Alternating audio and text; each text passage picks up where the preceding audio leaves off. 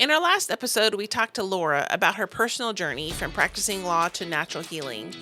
In this episode, we're going to get into the nuts and bolts of metabolic health and how it impacts our mental and emotional well being. And we'll talk about why so many people are struggling but can't quite figure out why. Do you want to achieve your goals but anxiety is tripping you up?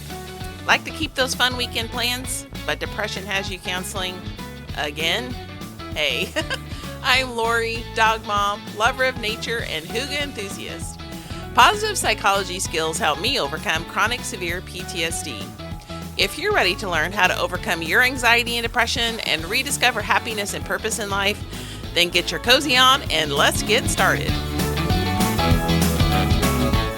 Welcome back to Practical Solutions for PTSD and part 2 of our interview with Laura, the host of the Health and Faith podcast. And I'm really excited for this second part. We're going to talk about the nuts and bolts of metabolic health and how we can use that to improve our mental health. Before we jump into the interview, I just want to remind you really quick to join the community that we have built around this podcast. You can go to Overcome Depression and Anxiety, use positive psychology to combat PTSD. That's the name of our Facebook group. You can go there, join that, and participate in the group there. We have lots of fun on there, some interesting conversations, some structured, intentional growth that can help you as you continue on your healing journey. You can also become an insider. Just go to insider.grwebsite.com. This gets you access to my weekly love note that I send folks just to encourage them. I share some stories, some practical application of the principles we talk about here on this podcast, and I come along beside you in your healing journey. So just go to insider.grwebsite.com and sign up for that today. For now, let's jump into part 2 of this podcast and see what we can learn to help us on our journey today. So you mentioned how you've seen it influence mental health, and obviously this podcast we deal a lot with trauma recovery, mental health issues. So how specifically have you seen metabolic health that you deal with support those and helping people recover from that? Yeah, that's a really good question. I think what I see a lot is it's almost like we separate the brain from the body, that the two are separate entities, and we'll work on our mental health and then we might work on our physical health, but the two are not really linked. But our brain runs on our metabolic health, the metabolic principles of blood sugar, nutrients, hydration, toxin load. All of those things are part of metabolic health there, and they directly affect how we feel. Mhm. And so, for example, if we're constantly spiking blood sugar, and especially for anyone that is experiencing either PTSD, anxiety, depression, we're already primed for kind of danger, and so the best thing we can do nutritionally is bring safety. We can't bring safety to our mind if we're bringing disorder to our body in blood sugar roller coasters, eating high carbohydrate foods too much.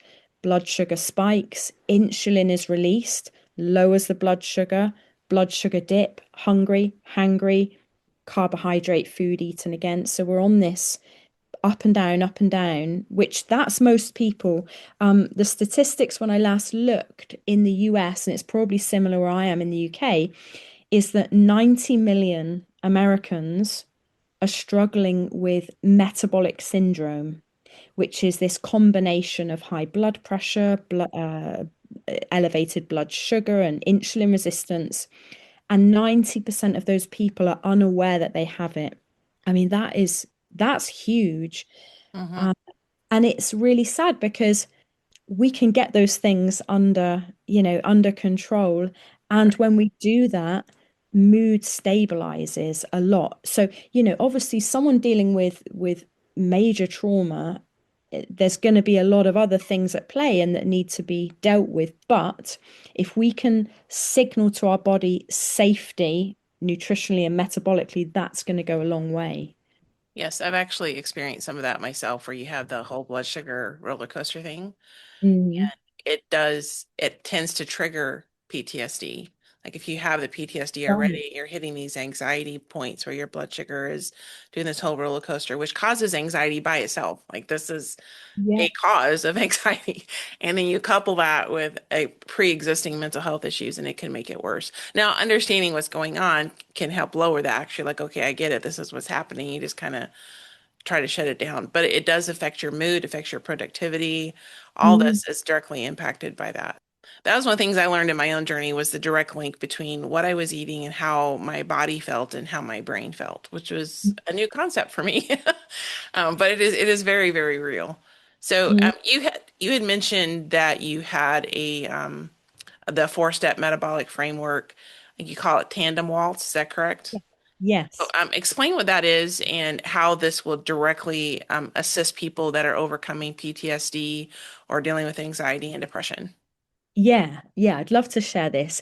I'm really excited about this because this this basically takes it's a really simple. I've tried to really break it down simply, a four-step approach, a four-step framework, which is like my 25 years of Hmm. research and all the experience I've had into four simple steps. And this will work for anyone to get onto that path of natural healing, blood sugar stability, metabolic health, and the byproduct will be any excess weight, particularly belly fat, which a lot of people, especially if there's, elevated cortisol, we can hold on to this belly fat and visceral fat, and it will just help start releasing that, and the healing process will begin naturally. So, tandem waltz, yeah, it's called the tandem waltz framework, and that's an acronym. So let's start with T. T stands for testing. We've got to know where we're starting from. If you want to do some work on your car, if your car is not working how it should be, you don't just start randomly changing the wheels and, uh, tinkering with the engine. Let's try You the take spark plugs this time. you need to take it to a mechanic and they'll lift the hood and have a look. So that's the first thing we need to do. Somewhere or another, we need to be lifting the bonnet, lifting the hood, and looking what's going on because so many people just start randomly taking supplements. I work with clients all the time and they come to me and I say, what, are you taking these supplements? Yep, I'm taking a high strength vitamin C every day. And I say, why are you taking that? And they look at me blankly. Well, my friend takes it and said it was good. So, so we got to know why we're doing something. If we want to make positive moves with our health, why are we doing something? It's got to be rooted in either something our body needs, or to address a deficiency. So the first thing is testing, and that can be a blood test. That will involve a little bit of expense, but just like once a year you may service your car, you have things done, and most of us don't think twice about, okay, I've got to just shell out a few $100s on that. It's just a necessary part of running a vehicle, yet we're so much more reluctant to do that often with our own bodies, which are Yes. made in the image of God. We have one of them, we have this one life. So, Mm. we can replace a car, we can't replace this body. So, it might be a little bit painful, but to fork out a couple $100, you can get a really comprehensive blood test. And that will show where there are any nutritional deficiencies, any hormonal problems, gut problems, electrolyte imbalances, all those things. If you don't want to, if you think, well, I just don't want to do that right now, then there's other ways to do some testing. So at the very least, use a good nutritional tracker for, say, a week and just track what you eat every day. Mhm. And a really good one, so the one I use is My Net Diary, and it will show you over a week, it will show you, oh, like vitamin E levels are within healthy range. Oh, wow, my vitamin D is way low. Oh, okay, potassium is way low. So that will give an indication if that's a snapshot of a week. Now, what that may be that it may be that that was just a bizarre week or that's not normally what you eat, but most of us tend to eat similar foods week to week, so that will give you a snapshot and that will give you a steer on where to start addressing some of these deficiencies. So testing is the first step.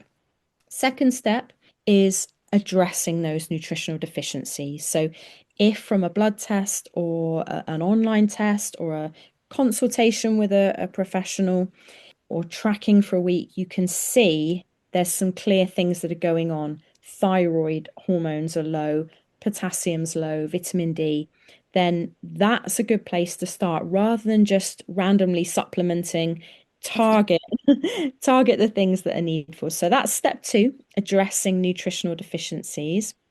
Step three, EMWA of tandem waltz, is establishing metabolism, weight, and appetite. So if you think the addressing nutritional deficiencies, that's generally micronutrients, so vitamins, minerals. Metabolism, weight, appetite is more around the kind of the bigger things, so the macronutrients. So in particular, protein, carbohydrates, fats, water as well. And then we've also got sleep in there. Sleep just makes everything better, proper sleep. Because if we're majoring in on taking supplements, but missing the bigger piece of getting blood sugar in balance and prioritizing protein, for example, in my work, I would say probably a good 70 to 80% of people are not having enough protein. They don't have enough protein, don't have enough healthy fats, majoring in on carbohydrates, and that's a problem. That's one of the root causes of metabolic disease, type 2 diabetes, and all sorts of other metabolic issues. So that's the third part. And just a few simple tips on that. I would say prioritize protein.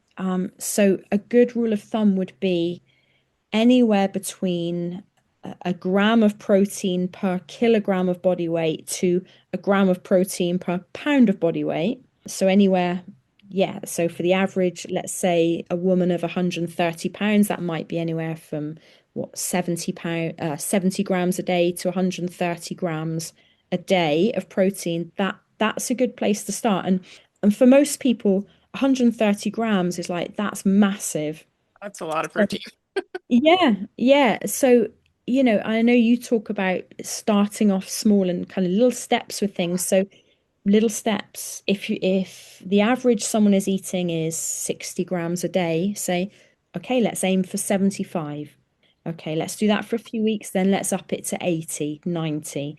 And if you can get above I always say the sweet spot, if you like, for protein is above 100 grams for most people. Unless you're, a really older, small woman that's not very active, then you can have less. But 100 grams a day is a good place to start. And that will, protein is satiating as well. It's the most satiating macronutrient. So what people find is when they get their protein dialed in, naturally they'll eat less carbohydrates. And so blood sugar is stabilized. Yeah, so that's the third thing, establishing metabolism, weight, and appetite. Appetite follows. So because protein is so satiating, appetite will naturally regulate as well. And then the final step is LTZ, which is lowering toxic zones. And this is where, I'm sure we all know people who are doing everything right. And I hear this a lot from my clients, but I'm doing everything right. I'm eating well, I'm sleeping well, but I'm still struggling, still have some kind of disease or other. And that can be the result of hidden toxins. So it could be environmental toxins, it could be EMFs in our day and age. There's 5G cell towers everywhere, mobile phones, computers. We're under a lot of physiological stress from computers and technology. So it would be a good idea to take some steps to kind of mitigate that somewhat. Toxins in the environment. I'm working with a woman at the moment who's got massive mercury poisoning from amalgam fillings, and it's a process of detox. But in all honesty, the most common thing that I see with people in terms of toxin load is in their home, the place that should be our sanctuary, often unknowingly is full of all these toxins. So what I would say is be careful what you bring into the home in terms of beauty products, cleaning products. Try and switch them out for, more natural options, rather than harsh cleaning chemicals and air fresheners and sprays and things. Try and get natural kind of beauty products, showering products, shampoos, those types of things, because what we put on our skin directly absorbs into our body. And many of these kind of products can be endocrine disruptors, so disrupt our hormones. So that's the fourth thing. And one of the other key things in that lowering toxic zones is water filtration. I could speak more on that. I've got various episodes on my podcast kind of majoring in on the need for water filtration. So maybe, to find out more could go there. But yeah, I hope that that kind of gives an overview of those four steps. Yes, and I can testify to the effectiveness of many of those. I mean, some of them, I'm looking forward to downloading your guide, which you're going to talk about in a little bit, and I think it'll help me as well. But I know in part of the process of healing the body from the inside out, it has been a slow replacement of many, many things in my household. I used to Okay. love scented candles. I burn them all the time until I realized it's one of the most toxic things you can have in your home. Yeah. And then, like, my dish soap, my bath soaps, and, the stuff I use on my carpets or my mopping my floors, or just so many things. And it was a gradual thing. It wasn't something I just went to the store and bought everything at once, but it was this gradual replacement of things in my home and taking that out. And once you get it out of your system and you're used to that, and then like, walk down the cleaning aisle in the store, and you're like, oh, I can't stand this. Like the smells, you can smell the artificial scents, Yeah, and they can can't you? really overwhelming. So, that can absolutely help in getting all that, your body figured out. It really does directly impact PTSD and anxiety and depression. Because a lot of that, I mean, yes, some of that comes obviously from external forces, but many times, I mean, some of the worst depression I ever went through was due to low iron. So it Wow. was my body, quote, betraying me because my iron was so low, it led to really severe depression. So Wow. sometimes it's just our bodies that we're combating what's going on that can cause that depression, that can drive that anxiety and Mm. make it harder to overcome PTSD. Is there anything you would recommend from a nutritional or metabolic health for someone who is dealing with this? What are some easy first steps? Because typically, I mean, a lot of people are, when you're dealing with depression, anxiety, big things are hard to handle. So we really work here to get simple steps Yeah. that are achievable. So what are some simple things they can do to try to kick this off and help them to get a better handle on their physical health, which will then in turn help their mental health? That Yeah. specifically targets that. I guess to say that, our body sets the tone for our psychology. It's that underpinning foundation, as we've already talked about, that has this big impact on our psychology. So simple things, good sleep, that's an obvious one. We all know it, but just to really prioritize that for that healing process, we can't force the healing that comes Right. in time, but we can create the conditions for it. So, in terms of our physiology, our diet, our health, just making sure 7 hours of sleep, if possible. I know with some people, I work with people, I've worked with people with trauma at times as well, and they say, well, I'm not able to get that. I have flashbacks and not being and I I say to my clients, okay, so work on removing the judgment of that, because I think Mhm. sometimes, we can judge ourselves, but I should be getting 7 hours of sleep, but I can't, and now I'm feeling guilty about it. So it's just taking that heat out of it, being kind to ourselves, being gentle, just making sure, okay, well, what can I do then? I can't force healing. I can't force sleep. I can set the tone to try and facilitate those things. So if someone's struggling with sleep stay, rather than in our day and age, we've got screens everywhere, rather than being up on in front of screens until the point of bedtime, whatever time you'd like to go to bed, a couple of hours before, wind down, turn down lights, maybe wear blue blocking glasses to filter out that blue light that keeps us stimulated. So create those conditions for rest. our body, in order to heal, needs to be in this parasympathetic state. So rather than fight, flight, up, go, produce, Right. sympathetic state, that the healing, rest, digest is the parasympathetic state. So if we can do things to lower those stimulating lights at night, not eating several hours before bed. So trying to stick to regular bedtimes, regular meal times, the more safety and predictability we can produce within the body rather than these erratic spikes of blood sugar and erratic bedtimes, and the better. So creating those conditions for safety, prioritizing whole foods, protein. Don't be afraid of saturated animal fats, as I was for years. Don't make the same mistake I did of, for years as a vegan, I didn't eat any animal fat, and it took its toll on me. Animal fat is not the enemy that we're told it is in our day and age. It's actually very healing. So, for example, our lungs, the cells of our lungs are made predominantly from saturated fat. And slight aside, but I've worked with a lot of people with asthma over the years, and I say to them, start eating more butter. And they look at me blankly. They're like, did you hear me? I've got asthma. And I say, I know, have more butter. And it works. It helps their I did condition. not know that. That is so cool. Mm.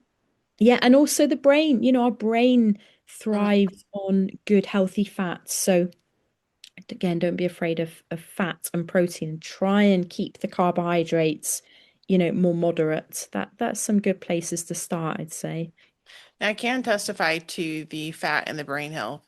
Mm. Because when I was in my early days, when I had gone to a doctor and he told me I need to focus on healing on the inside out, he told me to start incorporating healthy fats. And he's a big fan of coconut oil, coconut milk, and like full fat coconut milk.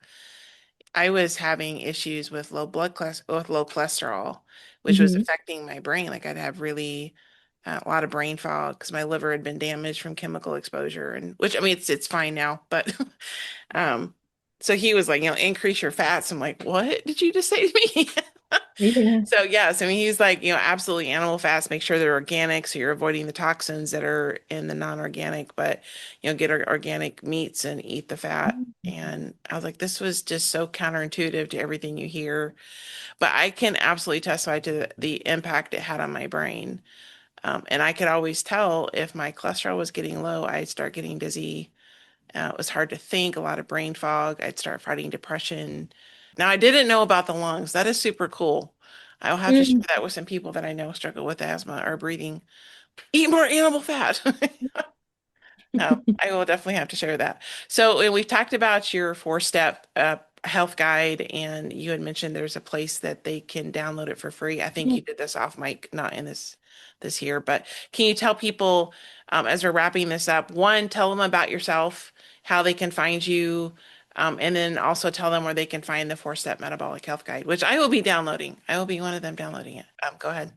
Yeah, sure. So my weekly podcast is called Health in Faith, and the website is healthinfaith.com.